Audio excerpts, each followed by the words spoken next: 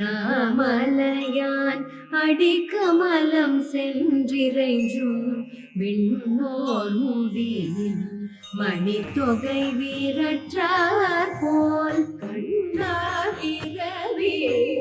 கதிர் வந்து காத்தரப்ப தன்னார் ஒளி மழுங்கி தாரகைகள் தாமகல பெண்ணாகி ஆனாய் அலியாய் பிறங்குழி சேர் விண்ணாகி மண்ணாகி இத்தனையும் வேறாகி கண்ணார் அமுதமுமாய் நின்ற கடல் பாடி பெண்ணே பூங்குழல் பாய்ந்தாடலோரும்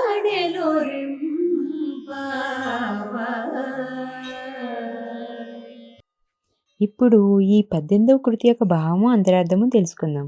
ఈ 18వ కృతి యొక్క భావం ఏమిటంటే, ఆ అరుణాచలేశ్వరుని దేదీప్యమానమైన లింగరూపము ఎదుట దేవతల మోకరిల్లగా వారి కిరీటంలో మణుల కాంతులు వెలవెలపోవను. మహాశివుని పాదముల కాంతి ఎదుట సకల దేవతల శిరములపై ముందున్న మణుల యొక్క వన్నె తగ్గును అని భావము. సూర్యకాంతి ప్రసరించినప్పుడు వేల నక్షత్రముల కాంతి ఒక్కసారిగా అదృశ్యమైపోవును కదా. స్త్రీ పురుష నపుంసక ఇత్యాది రూపంలో అలరారు దివ్య స్వరూపుడైన శివుడు దిగంతములు వ్యాపించిన చిదాకాశము, యావత్ పృథివీ రూపము కూడా అతడి. అట్లా వీటన్నిటికీ అతీతుడై ఉన్నాడు. ఓ యువతులారా, ఆయన అమృత స్వరూపము కనుల విందు. అట్టి శివుని పావన పాద యుగలంబు గూచి పాడదము రండి రండి, మనం అందరము ఈ కొలనీట మునిగి స్నానం ఆశించదముగాక అని దీని భావము. ఇప్పుడు దీని తాత్పర్యం ఏమిటంటే, ఈ పాటలో శివుని అనుగ్రహమును గూర్చి ఆ భక్తులు పాడుకొనుచు స్నానం చేయుచున్నారు. సకల మణిమయ కిరీటములు కలిగిన దేవతల శిరస్సులు మహేశ్వరుని పాదముని ఎదుట నమస్కరించుటకు వంచిన వెంటనే ఏ విధముగా మెరుపులను పోగొట్టుకుని ఉన్నాయో మనకు తెలియను కదా.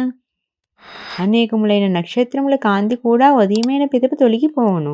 శివునికి స్త్రీ పురుష నపుంసక భేదములు లేని దివ్య రూపం కలదు.